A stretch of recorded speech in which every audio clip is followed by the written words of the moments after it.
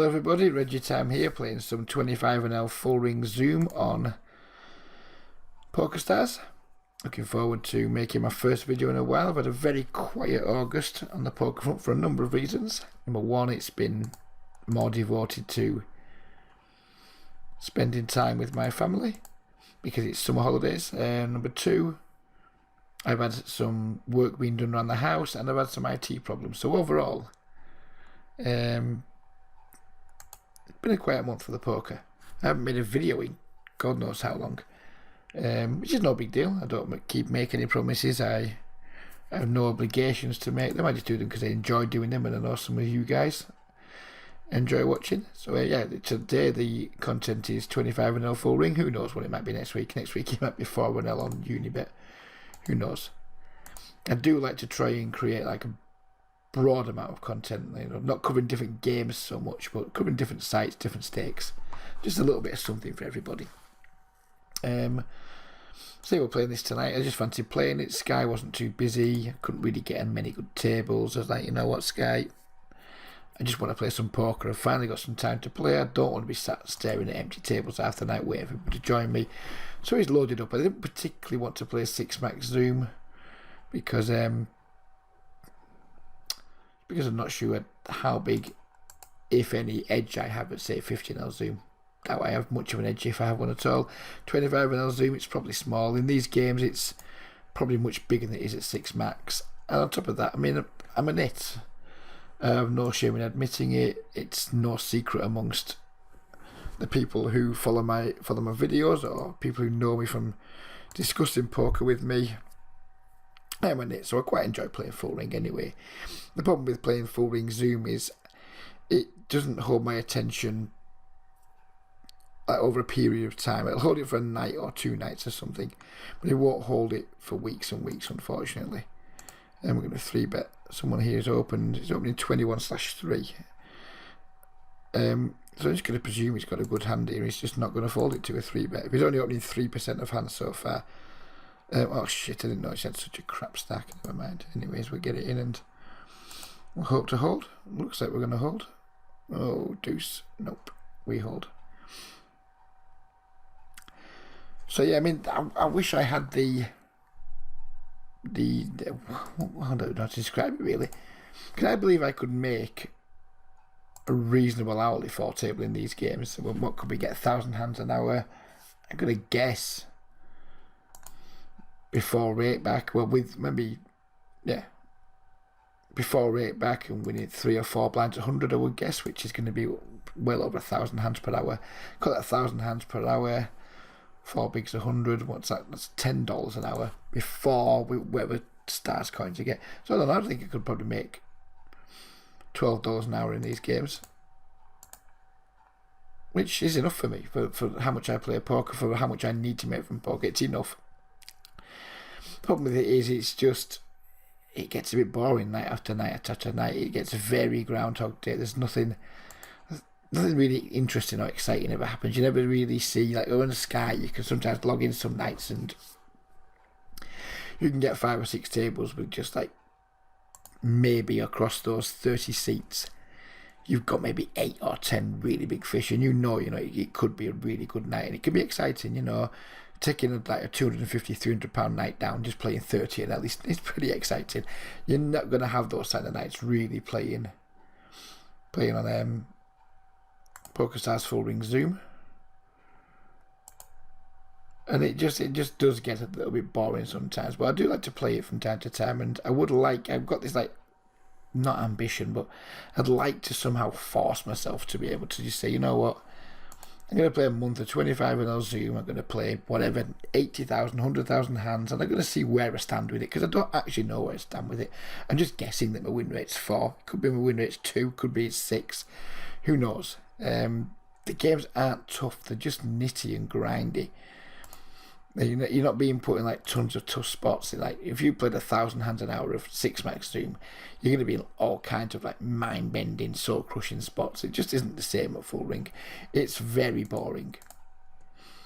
But at the same time, I'm in the game personally for profit. So if I could just maybe play these games and take close to $1,000 a month out of them. Perhaps it's my best option, who knows. I've just never really had the discipline, I guess, as much as anything, to just stick it out and just say, you know what, yeah, it's a bit boring, but we're making money, just fucking keep at it. Am I going to barrel this queen? Rather, it was a heart. Jack 9 has just got there, but we block that, so we'll bet one more time and decide on the river. We get raised, which makes me worried that he does have the Jack 9 now. We could be drawing dead here. We're not drawing to the nut straight anyway, so we're just going to let it go now. And 3-bet very small by somebody. We can't fold the ace-8 suited, but I'm totally not into 4-bet bluffing in full ring zoom, especially against unknowns, but it gives us a very good price now money to call and take a flop, which is exactly what we'll do, and we'll take it from there. I'm not going to be folding this flop for sure. I might call 2 barrels here and fold to a triple barrel. Seems reasonable. I'm hoping the turn's going to go check to me, and then maybe I check back. I'll talk about my open size in a minute too. That's something I've changed since the last time I played Zoom. He's bombed this turn. No, he hasn't bombed it, he's just half-potted it, hasn't he? Sorry, got mixed up there. Got mixed up with my sizings.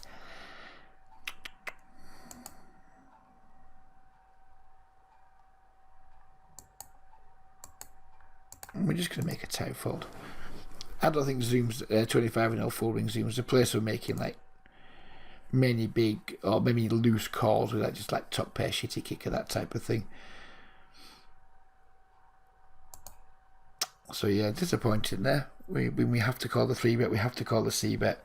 We don't have to fold to the turn barrel, I guess, but I think it's absolutely fine to do so. 18-16 here. He hasn't 3-bet once yet. Small sample. Just going to let the 9s go. So yeah, I'm opening 2.2x from all positions with all hands, which is something that's moving away slightly from what I've done in the past, which has been alter my raise size by position. And I think it's just to allow me to play more hands, to open more hands from all positions, and back myself to play well enough post flop to be able to do that. It is going to lead to me playing more pots out of position with marginal hands, which isn't the situation I necessarily want to create for myself, but at the same time, you know, I want to enjoy poker and I don't want to be folding 10-9 suited from under the gun +2 or whatever, because I don't want to 3x it or pot it. So if we just 2.5, 2.2x everything, and then who knows, that could easily be subject to change. If I feel something is working well or not working too well, I could chop and change a range, I could chop and change some sizes, we can do all sorts. It's just where we're at for the time being, to hopefully allow me to open more hands.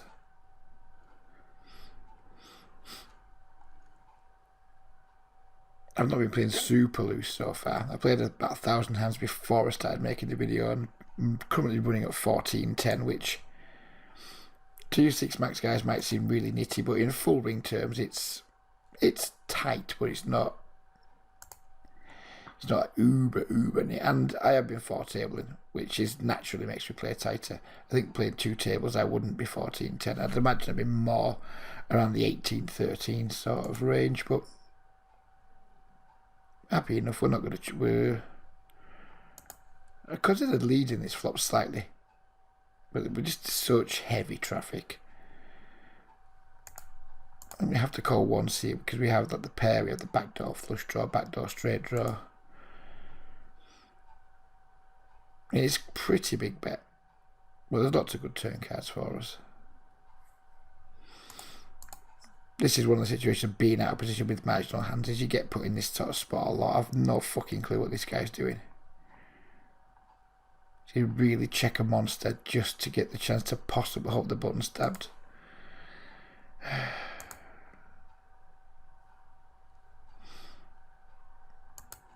It just doesn't ring true, does it?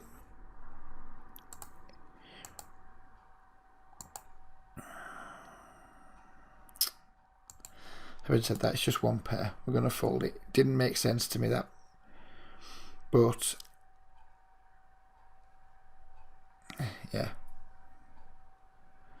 I think maybe that would have played better had I led out there. And that is not displaying results because I considered it very briefly and then just like snap checked.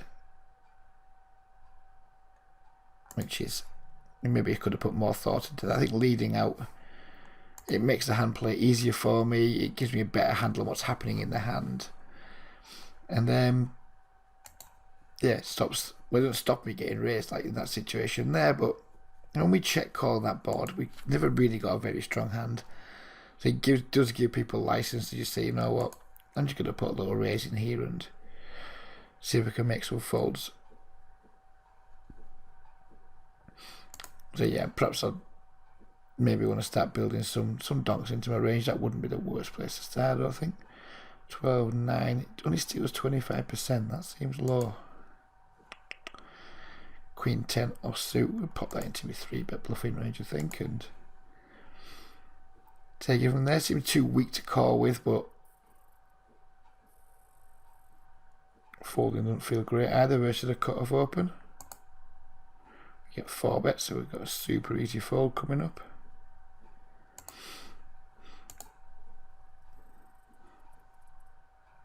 I haven't been getting huge out of line when I was 4-tabling. And this is what happens to me sometimes on a 2-table. I start 3-betting hands where maybe I would just fold them if I was 4-tabling. I mean, I think it's a fine 3-bet there. But, you know, the guy's not stealing very much. He is pretty tight. Maybe he just never steals. Maybe he's just always, like, got nice hands. Not always got 4-betting hands, I mean, but, you know, maybe he's just never got, like, a, who knows, 8-7 off there or something. Been check raising a 3-bet pot, which is pretty fucking sweet. Gonna call and just shove the turn, I think, when he barrels. I think the barrel's almost certain to come here, and I hope he's got pocket 3s. And he does. He's on the 1 outer. Pretty damn sweet.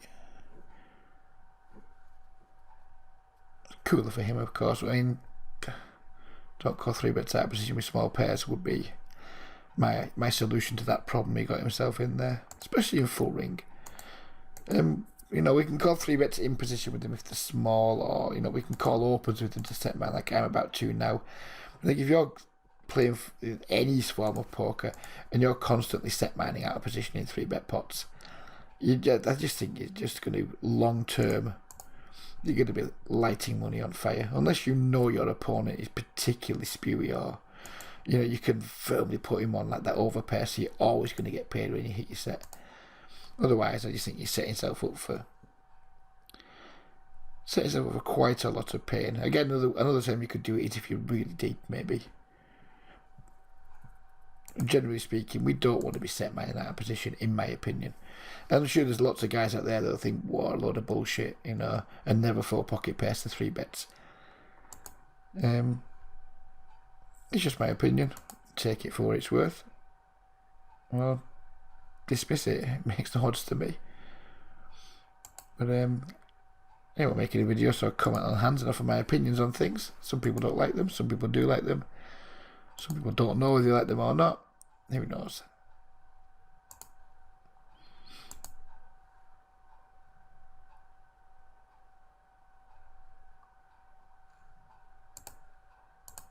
So yeah, back to the 2.2xing, because it's something that I wouldn't mind some feedback on. It's when I've played full ring in the past, I've kind of been potting it from the first 2 seats, then 3xing, then 2.7 from the cutoff, then min raising from the button, or whatever. Something around those kinds of sizes. And I don't know, it didn't seem to do me that many favours, to be completely honest with you. It didn't seem to, like, I still found myself out of position frequently. People still calling me anyway, and I wasn't getting 3-bet a lot. So I just kind of thought, you know what, if we're going to get called anyway, let's just make it a little bit smaller. Let's keep these pots smaller when we're out of position, and hopefully try and play a little bit better in them, because they're smaller. You can make more moves in smaller pots. You can do more interesting things. Why have I just timed out there? Fuck off. I had this last time I made a video. I think I need to get some kind of cheapo helper thing that stops me from timing out. Have I got no time bank or something? Who knows? Let's wait and see. Sorry for the people. Sorry to Johnny. Just want to see what happens. Time bank 0. Right, so we're going to leave this table because I don't want to play without a time bank. Look at me with my wonderful, whatever that is. Chrome Star, is it? Who knows what? Yeah, Chrome Star. Baller. I think you young kids call that being a baller, having your Chrome Star. I don't know if it's on display or not. Hope it is. Hope my Chrome Star's proud on display.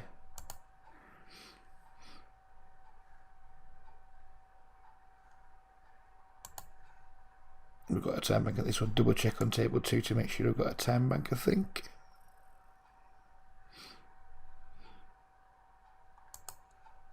And then I instantly fold like a fucking moron. 2 kings. Happy days.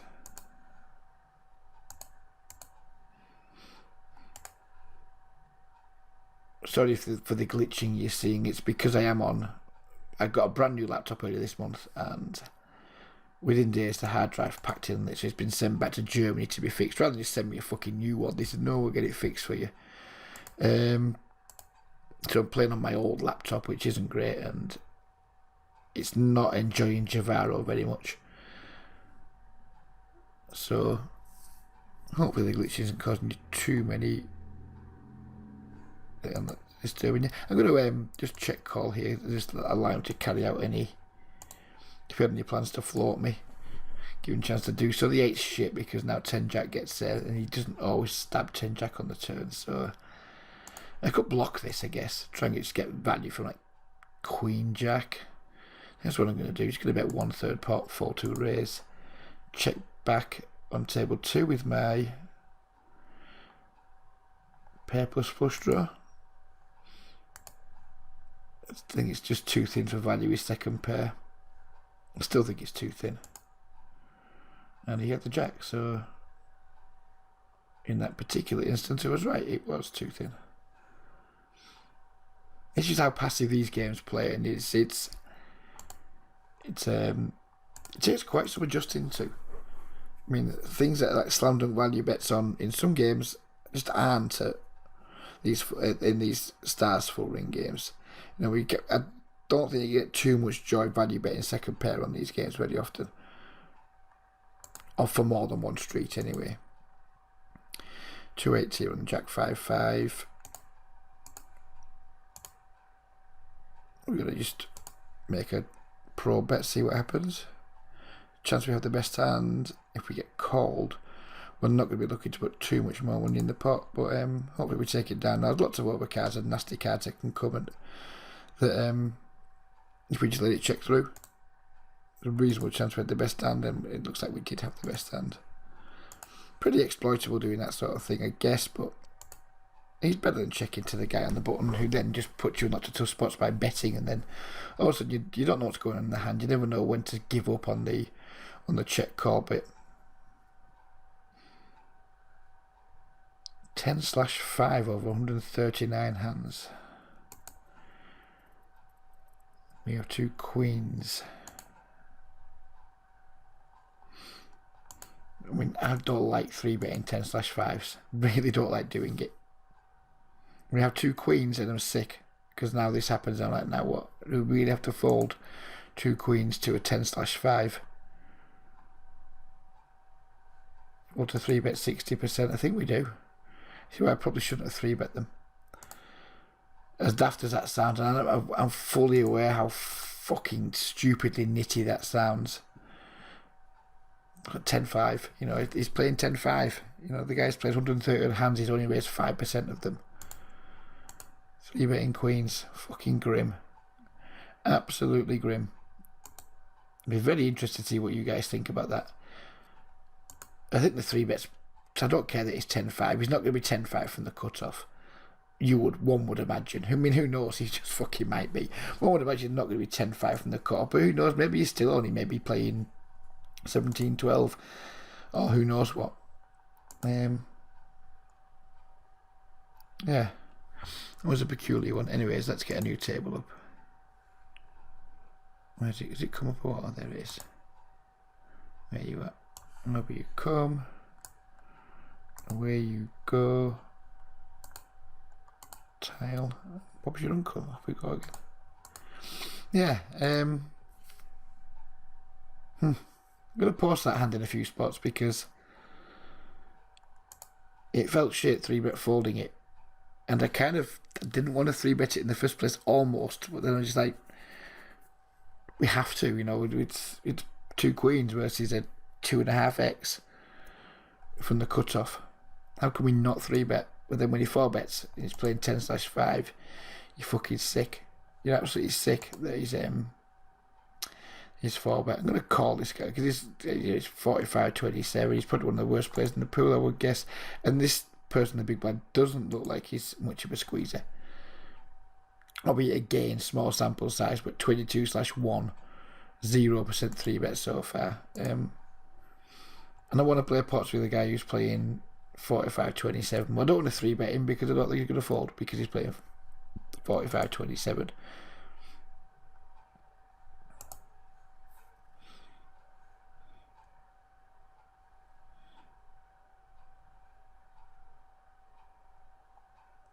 Don't seem to be anyone with an excessive 3-bet behind, so we'll set mine with our 9s.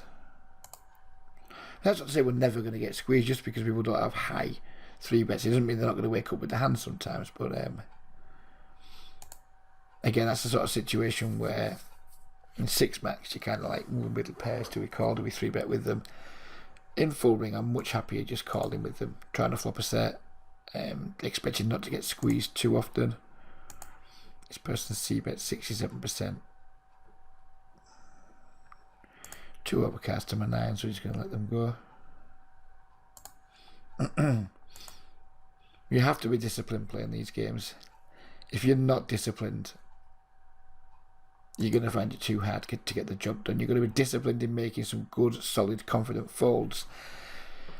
And you've also got to be disciplined in making sure you get your value bets in, because we're going to be folding a lot. So we're going to be folding a lot of like marginal hands when we don't have the initiative and we are kind of in a dicky spot. We were there with 2 9s or King Jack X. We're going to be folding a lot, possibly over folding in general. When we don't have the initiative and when people are leading into us or betting into us, we have to be damn sure that we're creating that kind of pressure for other players too. When we have the initiative, when we think we have the best hand. Now, if you play these games too passively, you'll just get eaten alive. You have to be disciplined, but disciplined and passive aren't the same thing.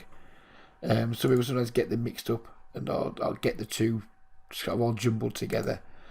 And just because you're making lots of disciplined folds, it doesn't mean that we can't sometimes make some bluff raises, or we can't sometimes, go for some value that some of your other opponents aren't doing. If you're like folding to a point where you're slightly exploitable, you're definitely giving up some edge. You're giving up some EV, I guess, which I don't mind doing too much, because in these games, typically, if you're in a tough spot, I think folding's better than calling most of the time. In these games, where these games play. But to compensate for that a little bit, you need to make sure that you're not being too weak when you have a hand and when you have the initiative. You've got to make sure that you're putting your bets in, because otherwise you're going to be losing out on both ends of the equation.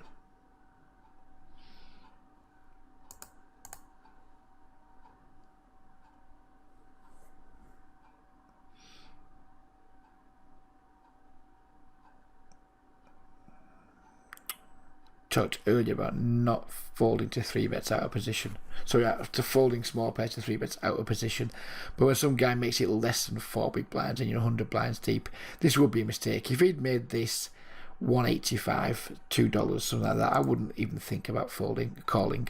But he's made it less than 4 blinds to me, so we kind of have to just call and just cross our fingers that we make our set, and then just be prepared to check fold when we don't. It's annoying. I'd rather have made a bigger, that's as it sounds, I'd rather have made a bigger 3-bet so I could just fold to it. Kind of made it so I had to call.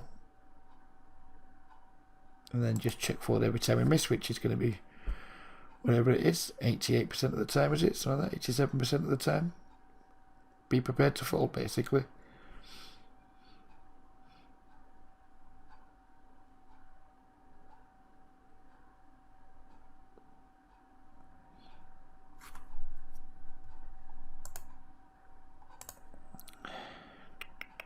What is going on here? Come on, Nick the Thief. Get on with it, kid. You're playing about 8 zillion tables or something. Who knows? Maybe you just had some connection issues. We'll give you the benefit of the doubt. It's one of the annoying things on Pokerstars when you have these guys who are playing like God knows how many different tables of Zoom, and they just take forever all the time. And it's like, really, just fuck off. Stop being so selfish. Stop facilitating people who just like use the time bank almost every hand, not because they're thinking, just because like the table's at the back of the queue or whatever. That is one of the most annoying things about it.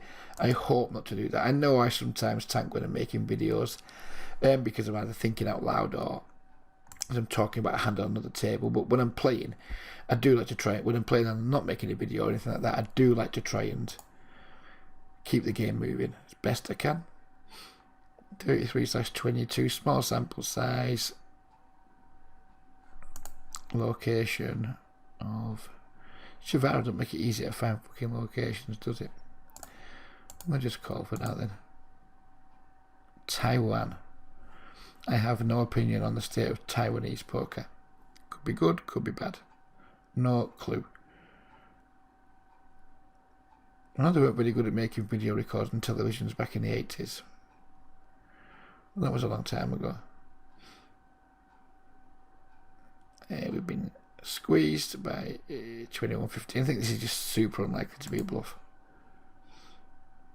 8/8, 12 hands doesn't really mean anything. Peel with our ace 3 on the button. Try and spike something nice. Bottom pair, backdoor flush draw facing a pot size c-bet. We have to take one off, don't we? We have to take one off and then just see what happens from there. We turn a flush draw. I'm going to hope he doesn't pot it here. That'd be disappointing because we have to fold if he pots it, I think. He does just mash the pot button, which is desperately, desperately disappointing because I really wanted to see a river.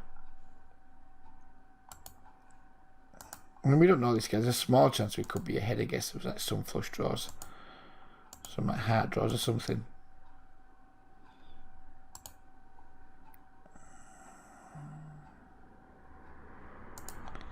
Disappointing. It's sweet to hit a 3 there. Just like stack it over pair or whatever. We didn't hit the 3. I wasn't going to set mine here because of the opener stack size, but this gentleman behind us a stack that we can hopefully withdraw from if we make our set, so we shall go for it. What's this CC? Is that check call or something, is it? I haven't got a clue. Can't be check call, it's a pre-flop thing. Fuck knows. No idea. I'm not particularly familiar with Javaro. I've been paying whatever $5.99 a month and not using it for about a year now.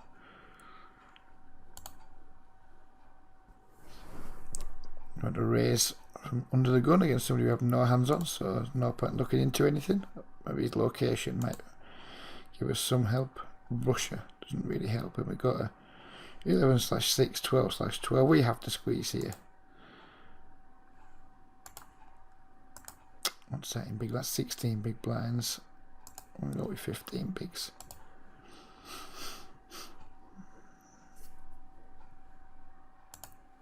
It was a nice low dry board, please, dealer.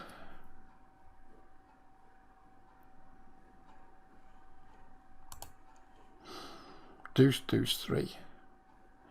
Oh well, give it a jack ace deuce then. I'm not going to see bet this into 2 players. It might seem really weak type, but I'm just going to check fold at this point.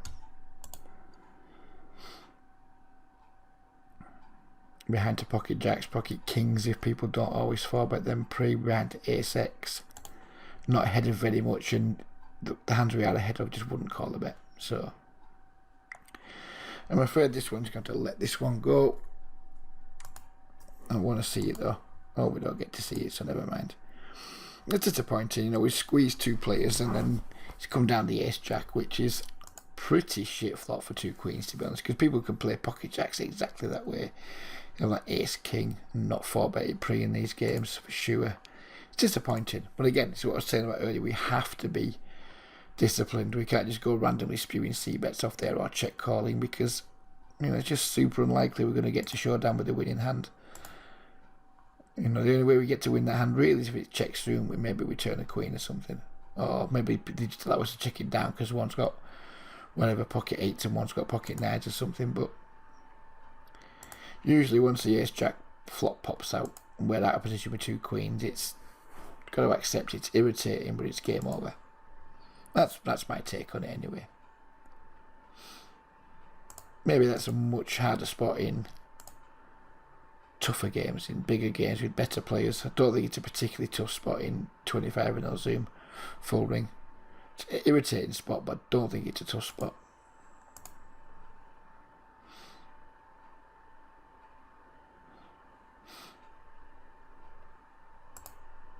They're probably not going to go for too much longer now.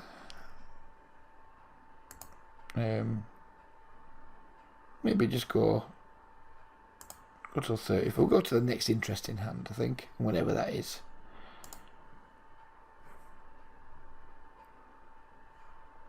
And then we'll call it a night from there.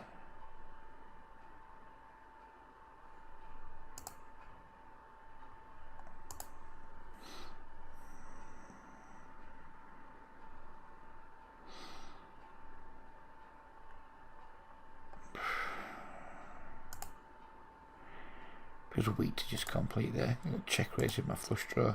We don't have any overcards, which is not ideal. But it's just min raising. It's been a weakish looking c-bet, and we have a flush draw, so can't be the worst time to just check raise there. I think raises get much more respect in. Basically, all aggression gets more respect in these games, and these guys are just so used to seeing sets when they get check raised. So you're seeing sets and 2 pairs and things. You wouldn't get away with that raise anywhere near as much in a 6-max game as you would in a full ring game, in my opinion. But it wasn't interesting enough to end the video once, so we'll keep plodding on for now. 25/8. That's open for the full pot, I believe. He's got a full stack of chips. He doesn't always see bets. He's going to allow us some free cards.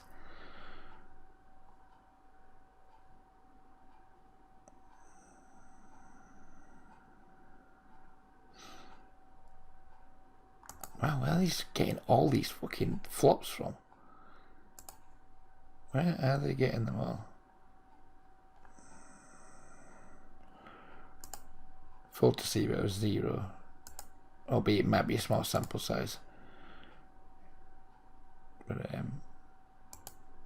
yeah, not much we can do with the 2 10s.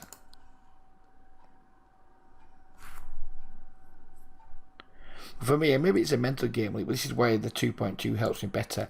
So I'd have potted it there pre-flop, and had he called, and there'd have been like whatever, nearly $2 in the pot. That would have irritated me much more than when I 2.2 exit he calls and there's only like maybe less than $1.50 in the pot. And that's probably a mental game leak on my point. Well, not probably, it almost certainly is. They get more attached to the bigger pots, and maybe we all do. I think we all get more attached to the bigger pots, but there's another reason why the 2.2 I believe helps me in some ways. 13/8, raise some early position. We have ace jack off. Okay, how nitty that sounds. It's going in the bin. And do you want to hit with an ace jack off in a full ring game? What do you want to hit, guys? 8-10 suited. 10-8 suited. Full to 3-bet 75%. Small sample. You certainly lose by full ring standards at 16-15. We'll give it a whirl.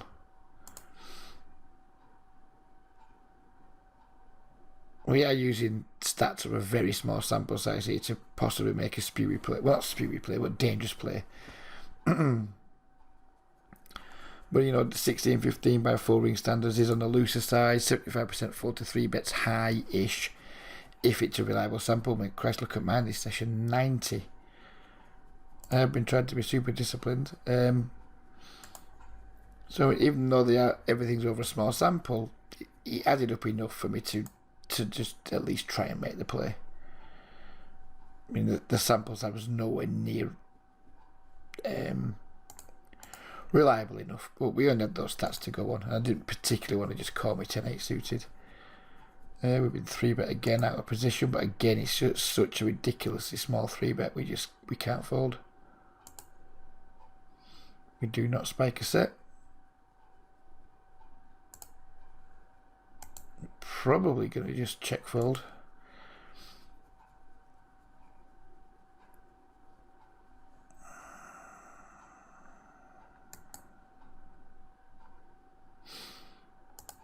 No, we'll call once and check fold turn, I think.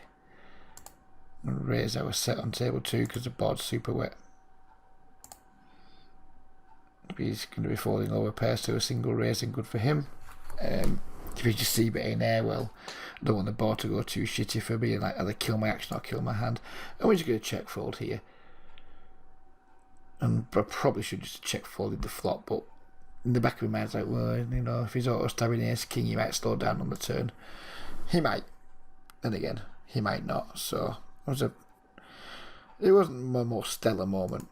But the whole sizing thing, he made the small 3-bet, he made a reasonably small c-bet in terms of like it's only 5 big blinds to see the turn.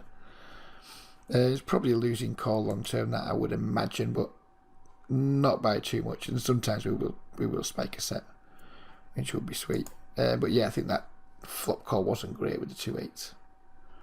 But folding didn't feel great either. Calling felt shit, folding felt shit. You know, in those spots when both seem shit, I should probably err more towards folding than calling, particularly when you can't really continue on many turns. Yeah, because he's made like a bad pre-flop sizing and what have you, it's just more likely he's going to c-bet those boards with air more often, or with these like whiffed high cards more often, just because bad players don't c-bet as well as good players do. But we've gone on too long now. We haven't found a particularly interesting hand, so we're just going to play around to our blinds, and then we're going to call it a day.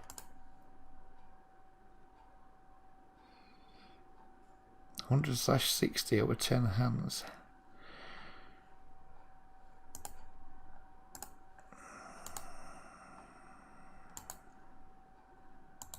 I want to play the 10-9, it's just how do I want to play it? Do I want to just overlimp, or do I want to try and isolate him?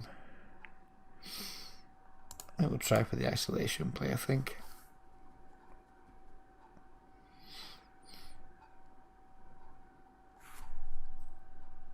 And we did get the isolation, and we did flop top pair.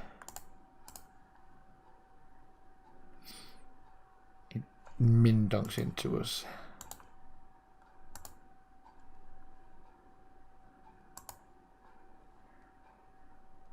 Please don't 3-bet, that would be pretty grim. Just calls. So when he bets and calls, when he min donks, he can have anything. When he calls it, I still think my 10-9 is likely going to be the best hand. Just want to like give him a price here that prices him out, it doesn't give him the correct price with any draws he has. Or is it going to be too thin? No, against this player it's not going to be too thin. If he raises, it's going to be devastating. We're going to have to fold because he's just going to have all kinds of... Oh shit. What a horrible mistake I made right at the end of this video, because I didn't see his stack size. This is a horrible mistake I made here, guys. Because I put myself in a position where I just have to call in a huge pot because we could just easily have the best hand. I didn't notice his stack size. I would not have gone for the isolation play in the first place had I noticed it. We are in front though, so we got away with that one. We did get away with it, but that was a bad play all around by me. When I went for the isolation, was that interested in isolating him, I didn't actually look at his stack size, and had I looked at his stack size properly, which I should absolutely have done, that was a critical mistake from me. We'll go back and talk about it in a minute. We'll just quickly pull the replay up because I think I made a pretty big mistake there by isolating. Well, not big mistake, can't be a big mistake isolating bad players.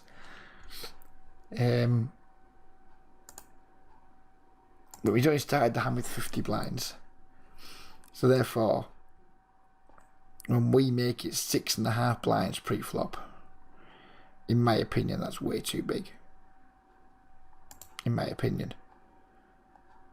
We did claim our isolation. This is where I made the bigger mistake, I believe, in betting the turn as big as I did, because I painted myself massively into a corner. I should have noticed his stack size at this point.